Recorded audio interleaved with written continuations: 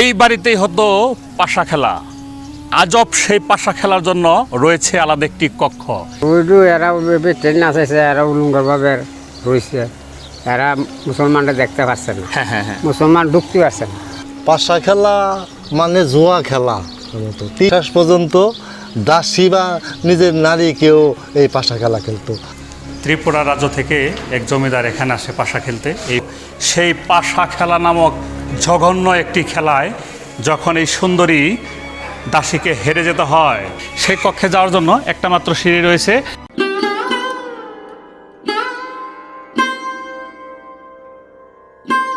ঢাকা থেকে ব্রাহ্মণবাড়িয়ার নাসিরনগরের হরিপুর জমিদার বাড়িতে যেতে হলে প্রথমে সিলেটগামী বাসে উঠতে হবে। তাই আমরা সিলেটগামী বাসে উঠেই বিবাড়িয়ার মাধবপুর বাস স্ট্যান্ডে নেমে পড়লাম। তারপর সেখান থেকেই সিএনজি বা অটোরিকশায় সরাসরি চলে যাব হরিপুর জমিদার বাড়ি।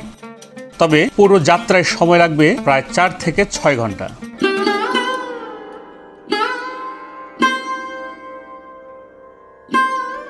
এই বাড়িতেই হতো পাশা খেলা।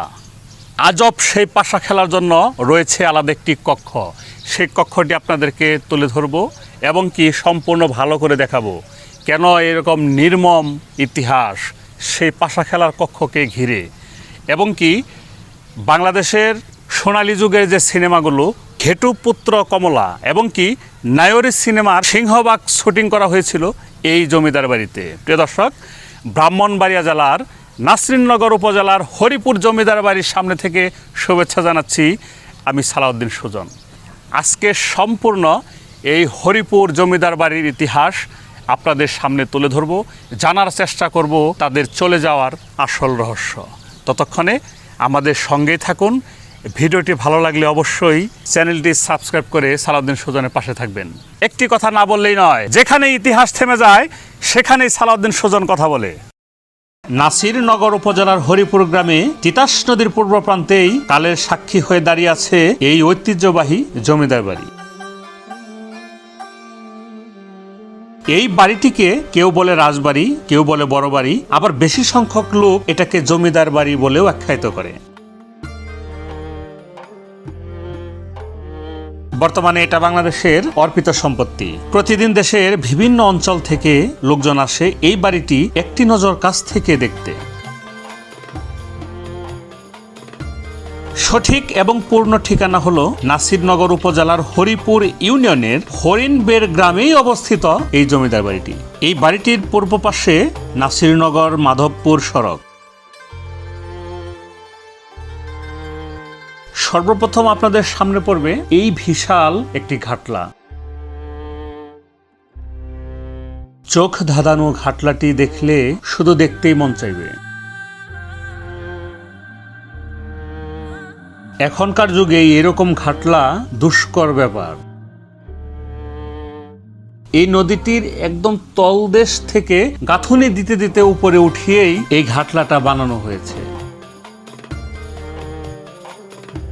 ঘাটলাটার স্থাপত্যশৈলী দেখলে সত্যি অনুমান করা খুবই দুষ্কর ব্যাপার যে আজ থেকে শত শত বছর আগে কতটা উন্নত প্রযুক্তি ছিল, তাদের কাজ কতটা টেকসই ছিল, কতটা নিখুঁত ছিল, যা আজকের এই ডিজিটাল যুগে এসেও সেই ইতিহাসের সামনে ন্যূনতম।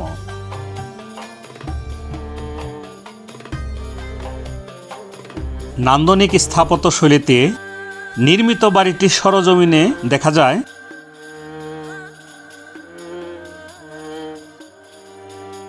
বাড়ির বাইরের অবিকল রয়ে গেছে কারুকাজ, খচিত দেয়াল, স্তম্ভ ও কুর্নিশ। সবকয়টি কক্ষেরই পুরনো সেই দরজা নেই। বর্তমানে বসবাসকারীরা সাধারণ মানের দরজা লাগিয়েই বসবাস করছে। এখানে সব মিলিয়ে 30টি পরিবার রয়ে গেছে এখনো। 10 থেকে 70 বছর ধরে তাদের বসবাস।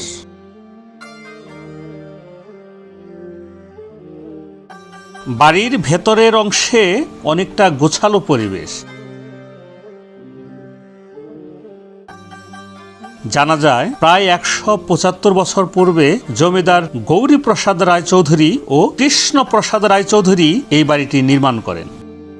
ব্রিটিশ আমলে নির্মিত বাড়িটির নির্মাণশৈলী বড়ই মনোরম। 1343 বাংলার 12 চৈত্র দোল পূর্ণিমা তারিখে কৃষ্ণপ্রসাদ রায়চৌধুরীর মৃত্যুর পর পর্যায়ক্রমে বাড়িটির উত্তরাধিকার হন হরিপদ রায়চৌধুরী।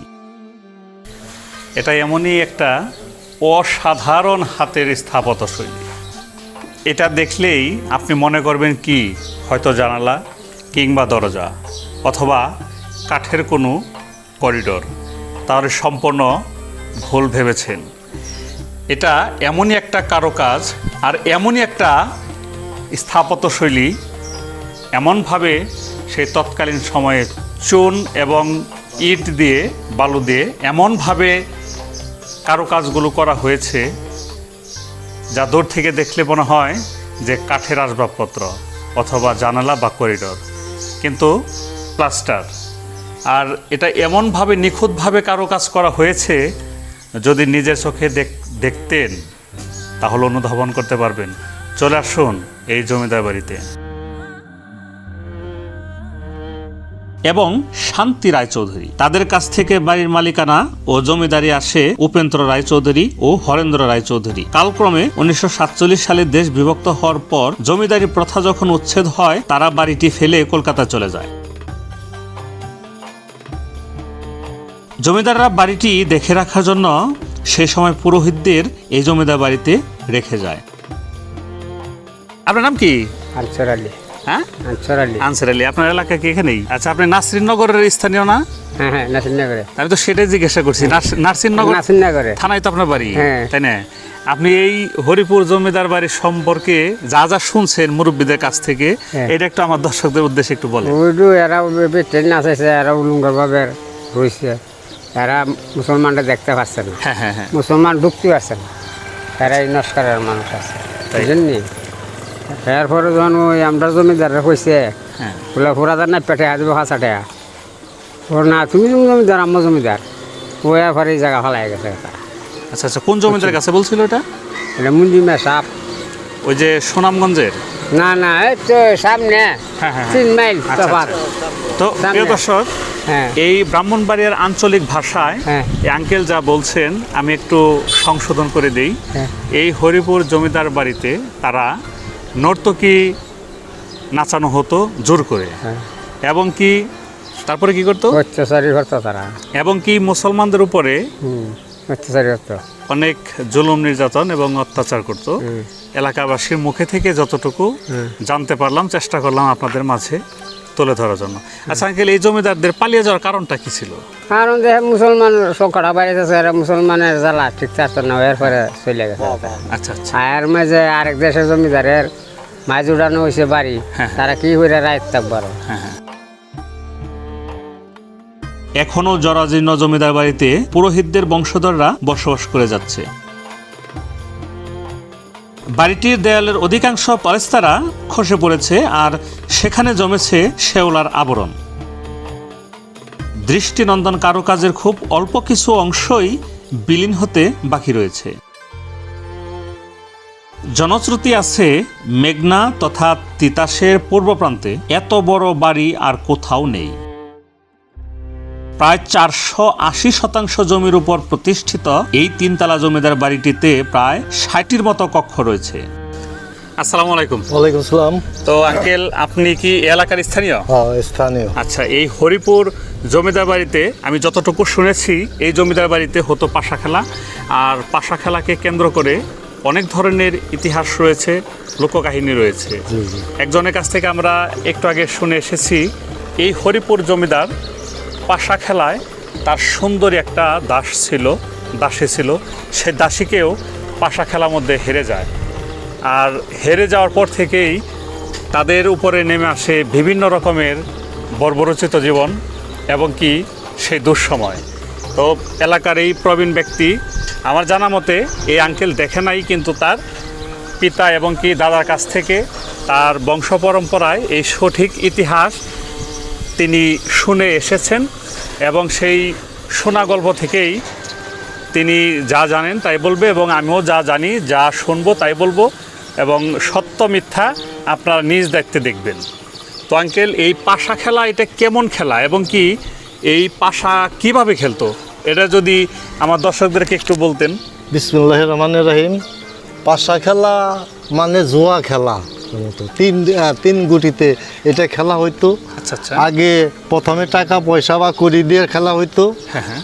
শেষে ওগুলি শেষ হয়ে গেলে মানে বাড়ি গাড়ি জমি জমা নিয়ে খেলা হইতো। শেষ হইলে শেষ পর্যন্ত দাসী বা নিজের নারী কেউ এই পাশা খেলা খেলতো, যে পারবে না দাসীকে নিয়ে যাবে, যে হারবে তার দিয়ে দিতে হবে তার বিবিকে, এরকম। তো তৎকালীন সময়ে জমিদারদের মধ্যে এই খেলাটাই মানে বেশি ছিল, বেশি প্রচলন ছিল এই খেলাটা। এখন বর্তমানে যে অনলাইন জুয়ার ফাঁদ রয়েছে, আমরা সবাই সচেতন থাকব এবং সবাইকেই আমরা যেন উৎসাহিত করব, কেউ যেন এই মোবাইলে অনলাইন জুয়ার মধ্যে আসক্ত না হয়। দর্শক, এই বিপুল পরিমাণ অর্থের মালিক এই ব্রাহ্মণবাড়িয়া নাসরিননগরের হরিপুর জমিদার, তাদের পতন, তাদের ধ্বংস এবং তারা সব কিছু সর্বোচ্চ খুইয়েছে এই পাশা নামক জুয়া খেলে। অতএব নিজে ভালো থাকুন, সবাইকে ভালো রাখুন। ধন্যবাদ আঙ্কেল আপনাকে। আর সেই কক্ষগুলোর মধ্যে রংমহল, দরবার হল, ধানের গোলা, গোয়াল ঘর, রান্নার ঘর, নাচের ঘর, মল পুকুর, খেলার মাঠ এবং সেই কাঙ্ক্ষিত পাশা খেলার জন্য রয়েছে আলাদা একটি কক্ষ। আর পাশেই রয়েছে মন্দির ও সীমানা প্রাচীর। বিশাল আয়তনের বাড়িটির পুরো ভবনের কোথাও কোনো রডের গাঁথনি নেই, মানে লোহার কোনো সংস্পর্শ নেই। এই হরিপুর জমিদার বাড়ি, তাদের সর্বপ্রথম পতন শুরু হয় পাশা খেলাকে কেন্দ্র করে। আর পাশা খেলাকে কেন্দ্র করার পর যে বিরল একটি ঘটনা রয়েছে ইতিহাসের কালসাক্ষী হিসেবে, সেটাই এখন আপনাদের মাঝে আমি তুলে ধরছি। এটা হলো ত্রিপুরা রাজ্য থেকে এক জমিদার এখানে আসে পাশা খেলতে এই হরিপুর জমিদারের সাথে। আর সেই পাশা খেলায় এই হরিপুর জমিদারের যে সুন্দর একটি দাসী ছিল, সেই দাসীটাকেও সে পাশা খেলায় হারতে হয়। এবং ত্রিপুরা রাজ্য থেকে সেই জমিদার যখন এই সুন্দরী দাসীকে নিয়ে ত্রিপুরা চলে যায়, তখন এই হরিপুর জমিদার অনেক মর্মাহত হন। এবং কি সেই সময় থেকেই এই জমিদার বাড়িতে নেমে আসে বিভিন্ন রকমের দুঃসময় এবং কি দুর্দিন। সম্পূর্ণ ভিডিওর পাশে থাকুন, দেখতে থাকুন, ইতিহাস জানতে অবশ্যই আমার পেজটি ফলো করুন।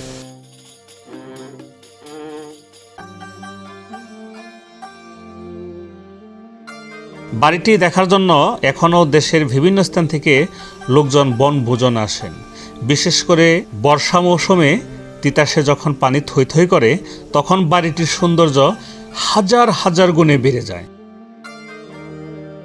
বাড়িটিতে সংস্কারের ছোঁয়া লাগেনি কখনো। 2016 সালের পর সরকার কর্তৃক এই জমিদার বাড়িতে সংস্কারের কাজ পুনরায় চালু করা হয়। উল্লেখ থাকে, এক সময়ে ঐতিহ্যবাহী নৌকা বাইচ প্রতিযোগিতা হরিপুর জমিদার বাড়ি নদীর ঘাট থেকেই প্রচলন শুরু হতো। ইতিহাস কখনো থেমে থাকে না। এই হরিপুর জমিদার বাড়িতেই সেদিনই তো দুঃসময় নেমে এসেছিল, যেদিন এক রাত্রে ওই ত্রিপুরার জমিদারের সাথে এই হরিপুর জমিদারের যে সুন্দর একজন দাসী ছিল, সেই পাশা খেলা নামক জঘন্য একটি খেলায় যখন এই সুন্দরী দাসীকে হেরে যেতে হয়, তারপর থেকেই এই জমিদার বাড়িতে নেমে আসে দুঃসময়, দুর্দিন, এবং সেখান থেকেই হয়ে যায় এই হরিপুর জমিদারির প্রথা বিলুপ্ত। আর এই বাড়িতেই মধুমালতী, ঘেটুপুত্র কমলা, নায়রী সহ অসংখ্য বাংলার সোনালী যুগের ছবি চিত্রায়িত হয়েছে। বন্ধুরা, এখন জানবো আমরা সেই পাশা খেলার যে গল্পটি, সেই পাশা খেলার যে ইতিহাস। এই ভবনেরই পাশেই রয়েছে সুউচ্চ 3তলা ভবন, আর ওই ভবনের 2য় তলায় রয়েছে সেই পাশা খেলার কক্ষটি। সংস্করণের কাজ চলমান রয়েছে, আর এই সংস্করণের কাজ চলমান থাকায় আমরা সেই পাশা খেলার কক্ষটিতে আমরা প্রবেশ করতে পারিনি। পাশা খেলার কক্ষটিতে প্রবেশ করতে না পারলেও এর সঠিক ইতিহাস, এর সঠিক লোককাহিনীটা আপনাদের মাঝে এখনই তুলে ধরব। প্রকাশ থেকে কৃষ্ণচন্দ্র রায়চৌধুরীর বাল্যকালের এক বন্ধু ছিল, তার নাম হলো নিতেশ চন্দ্র রায়। আর তিনি তখন বসবাস করতেন ত্রিপুরা রাজ্যে। আর ত্রিপুরা রাজ্যেও ছিল তার জমিদারিত্ব। হঠাৎ একদিন কৃষ্ণচন্দ্র রায়ের আমন্ত্রণে সেই নীতেশচন্দ্র রায় এই হরিপুর জমিদার বাড়িতে আগমন করেন এবং প্রকাশ থাকে একদিন দুই বন্ধু হঠাৎ বসে বসেই বাজি ধরলেন যে আজকে আমরা সারা রাত পাশা খেলব। সেই পাশা খেলায় আরও আশেপাশের 2-4 জনকে নিয়েই সেই কক্ষেই পাশা খেলায় মগ্ন হলেন। এক পর্যায়ে পাশা খেলতে খেলতে কৃষ্ণ রায়চৌধুরী ওই নীতেশচন্দ্র রায় বলেছিল যে তোমার বাড়িতে যে সুন্দরী একজন দাসীকে দেখলাম, সেই দাসীকেও তুমি এই পাশা খেলায় ধরতে পারো। যদি এই পাশা খেলায় তুমি পারো তাহলে তোমার দাসী তোমার বাড়িতে থাকবে, আর যদি তুমি না পারো তাহলে তোমার দাসীকে আমার বহরে করে আমি ত্রিপুরা রাজ্যে নিয়ে যাব। প্রায় অনেকক্ষণ নীরবে বসেছিলেন। নীরবে বসে থাকার পর তখন সে বলল যে ঠিক আছে, আমি পাশা খেলায় আমার দাসীকে বাজি ধরতে রাজি আছি। তখন প্রায় 10 থেকে 15 মিনিট সে পাশা খেলতে খেলতে এক পর্যায়ে সেই নীতেশচন্দ্র রায় ওই খেলাটায় জিতে যায়। আর জিতে যাওয়ার পরিপ্রেক্ষিতেই সকালবেলায় ওই হরিপুর জমিদার বাড়ির যে সুন্দরী দাসী ছিল, তথাপি ওই দাসীর নাম কি ছিল আমার সঠিক জানা নেই, এবং ওই দাসীর নামটাও এবং তার ইতিহাস, তার ঠিকানা আমি কোনো কিছুই বের করতে পারিনি, এবং কি ইতিহাসেও তার কোনো সঠিক নাম এবং ঠিকানা নেই। তো যাওয়ার সময় সেই সুন্দরী দাসীকে সঙ্গে নিয়ে যাবে, তখন সেই দাসী বুঝতে পেরেছিল যে আমার জমিদার রাতের বেলা পাশা খেলে আমাকে এই নীতেশচন্দ্র রায়ের কাছে হেরে গিয়েছে। দোতলার উপরে যে কক্ষ রয়েছে পাশা খেলার, সারা রাত ভরে পাশা খেলা হতো, সেই পাশা খেলার কেন্দ্র করে এই হরিপুর জমিদার বাড়ির যে দাসীকে, সুন্দরী দাসীকে হেরে গিয়েছিল সেই পাশা খেলায়। আর সেই পাশা খেলার কক্ষে আমি কথা দিয়েছিলাম সেই কক্ষটা আপনাদেরকে দেখাবো, কিন্তু দুঃখের বিষয় একটাই, সেই কক্ষে যাওয়ার জন্য একটা মাত্র সিঁড়ি রয়েছে, আর সেই সিঁড়িটা হয়তো অনেক ভয় রয়েছে, ভাঙ্গাচোরা রয়েছে, কোনো পর্যটন যদি ব্যথা পায় বা কোনো ক্ষয়ক্ষতি হয়, সেজন্য এই সিঁড়ির যে প্রবেশদ্বার, যে মুখটা একদম বন্ধ করে দেওয়া হয়েছে। আমি সম্পূর্ণ চেষ্টা করেছি যে কোনোভাবে সেই পাশা খেলা কক্ষে যাওয়া যায় কিনা। দর্শক, আমি আন্তরিকভাবে দুঃখিত, আমি সেই পাশা খেলার কক্ষে যেতে পারিনি। আপনারা যদি কখনো, এখন বর্তমানে এই 2026 সাল, এই সময়টায় এই জমিদার বাড়িতে পূর্ণ সংস্করণের কাজ চলছে, তো আপনারা যদি পরবর্তীতে এখানে আসেন তাহলে অবশ্যই নিজের চোখে বাস্তবে সেই পাশা খেলা কক্ষটি দেখে যাবেন। অতএব যাবার সময় সে কৃষ্ণচন্দ্র রায়কে বলে গিয়েছিল যে জনাব, আমি আপনার বাড়িতে এত বছর ছিলাম, এই বাড়িটিকে আমি মায়ের মতো আদর স্নেহ দিয়ে এই বাড়ির মানুষগুলোকে আমি আগলে রাখতাম, আর আজকে যাবার বেলায় আমার চোখের জল আমি ছেড়ে দিয়ে গেলাম। প্রিয় দর্শক, এ ছিল ব্রাহ্মণবাড়িয়া জেলার নাসিরনগর উপজেলার হরিপুর জমিদার বাড়ির ইতিহাস। সম্পূর্ণ শুরু থেকে শেষ পর্যন্ত আপনাদের মাঝে তুলে ধরলাম নানা ধরনের লোককাহিনী এবং কি ইতিহাসমূলক সেই পাশা খেলাকে কেন্দ্র করে যে হেরে যেতে হয়েছিল তার সুন্দরী দাসীকে, সেই মর্মান্তিক দৃশ্যও এবং সেই মর্মান্তিক ইতিহাসটুকু আপনাদের মাঝে তুলে ধরার চেষ্টা করেছি। ভিডিওটি যদি বিন্দু পরিমাণও ভালো লেগে থাকে তাহলে অবশ্যই আমার চ্যানেলটি সাবস্ক্রাইব করে পাশে থাকবেন। ধন্যবাদ সকলকেই। দেখা হচ্ছে নতুন কোনো ভিডিওতে। একটা কথা মনে রাখবেন, যেখানে ইতিহাস থেমে যায় সেখানেই সালাউদ্দিন সুজন কথা বলে।